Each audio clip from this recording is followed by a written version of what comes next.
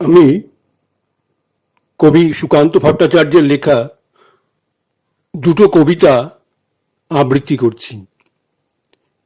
একটা বয়সে এই কবিতাগুলি খুব পড়তাম, আবৃত্তি করতাম, ভালো লাগতো।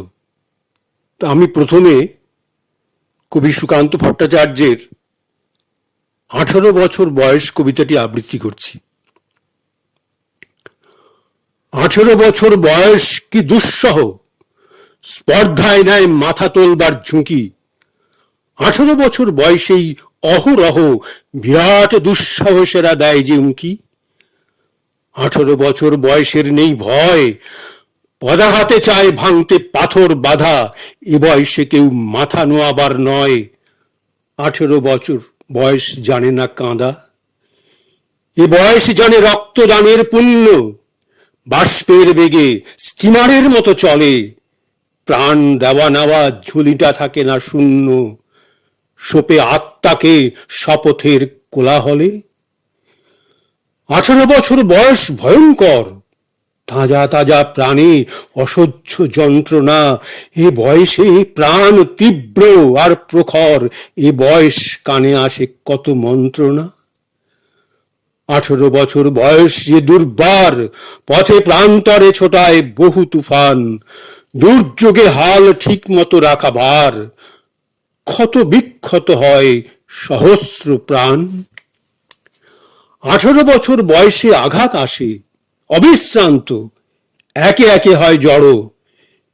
এ বয়স কালো লক্ষ্য দীর্ঘশ্বাসে, এ বয়স কাঁপে বেদনায় থর থর।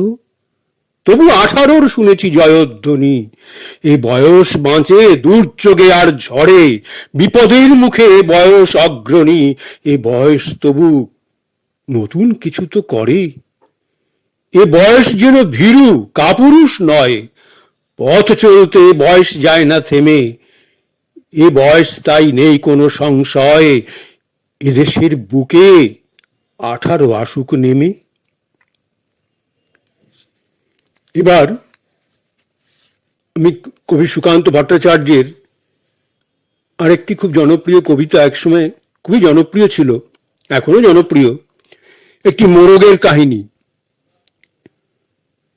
একটি মোরগ হঠাৎ আশ্রয় পেয়ে গেল বিরাট প্রাসাদের ছোট্ট এক কোণে, ভাঙা প্যাকিং বাক্সের গাদায়, আরো 2-3টি মুরগির সঙ্গে। আশ্রয় যদিও মিলল, উপযুক্ত আহার মিলল না। সুতীক্ষ্ণ চিৎকারে প্রতিবাদ জানিয়ে গলা ফাটালো সেই মোরগ ভোর থেকে সন্ধে পর্যন্ত।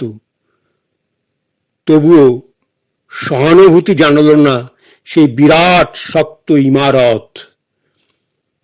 তারপর শুরু হলো তার আস্তা করে আনাগোনা। আশ্চর্য, সেখানে প্রতিদিন মিলতে লাগলো ফেলে দেওয়া ভাত রুটির চমৎকার প্রচুর খাবার। তারপর একসময় আস্তা করেও এলো অংশীদার, ময়লা ছেঁড়া ন্যাকড়া পরা 2-3টে মানুষ।